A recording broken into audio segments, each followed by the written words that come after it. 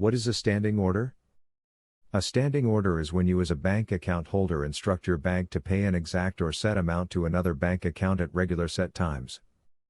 For example, you can instruct your bank to make a payment of $500 as rent to your landlord's bank account on the 27th of every month. In setting up the standing order, you can also specify the duration of the standing order to match your tenancy agreements. This is really important as the bank will continue to pay the standing order until you cancel it. I have been in such a situation before where I ended up overpaying someone as I forgot to cancel my standing order. As pointed out earlier, most bank account holders use it to pay for regular fixed payments such as rent. Other fixed payments you can make are things like mortgages and transfers to your savings account. What are the advantages of standing order? Standing orders offer many advantages and they include the following. 1. The perfect tool for recurring payments. Recurring payments include rent, mortgage, savings, etc. The best way to make sure that you don't miss these payments is to just set up a standing order. Then money will just be coming out of your bank without your intervention. You will therefore avoid defaulting on your important payments like rent. 2. It is free. Most banks will not charge for setting it or for processing these payments. 3. Easy to set up, easy to cancel. There is nothing complicated about setting up a standing order even for someone who is technically challenged. And if you are technically challenged, you still have the option of visiting your bank or sending the instructions by post. 4. You have control of what comes out of your current account. Unlike other tools such as direct debits, the current bank account holder has control over the amounts to come out of the bank. Unlike direct debits where a third party can take whatever amount you owe them. 5.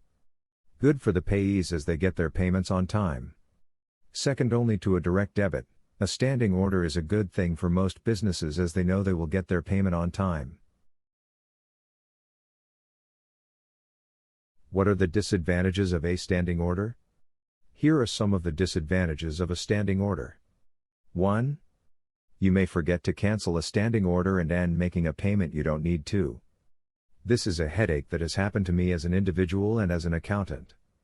There have been at least 3 times when I have noticed that I failed to cancel a standing order and payments went through. 2. Not many businesses like to be paid by standing orders, they prefer direct debits where they have control. In the case of a standing order, it is the payer who has control. 3. Lack of notification. If a payment does not go through, you may not be notified and end up assuming that everything is fine when it is not. This could end up costing you money for default charges. What is the difference between a standing order and a direct debit? The difference between a standing order and a direct debit is that with a direct debit you give a company permission to take out payments from your bank account on an agreed date. Whereas in the case of a standing order, it is you, the bank holder, instructing the bank to pay a set amount to another bank account. A direct debit is used to pay for such things as electricity and water bills. Do you get charged for a standing order? No. Most banks do not charge for setting up a standing order. Nor do they charge you when you pay. You, however, need to confirm this with your bank. How do I stop a standing order? You can stop a standing order by canceling it with your bank. You can do this by writing your bank instructing them to cancel it, or you can do it online. You just need to make sure that you do it at least 3 working days before the payment date. Otherwise, that payment may still go through as banks need a sufficient notice period. How long does a standing order take to set up? If you sent a standing order form to a bank, it should normally take on average 2 working days for the bank to set up a standing order mandate. This is from the time they receive the instruction to set it up to when it should be on the system. If, however, you are doing it online, then it should take even less to take effect. However, this depends on the bank. This means that if you set up a standing order, give yourself at least a day before the first payment occurs. However, to be very sure, I would give the bank at least a week before the first payment is made. Can I set up a standing order over the phone? Yes, a bank account holder can set up a standing order over the phone. In doing this, make sure that you have all the information the bank needs for security clearance. For example, My bank has a security PIN for all transactions over the phone. Also, make sure that you have all the details about your account handy.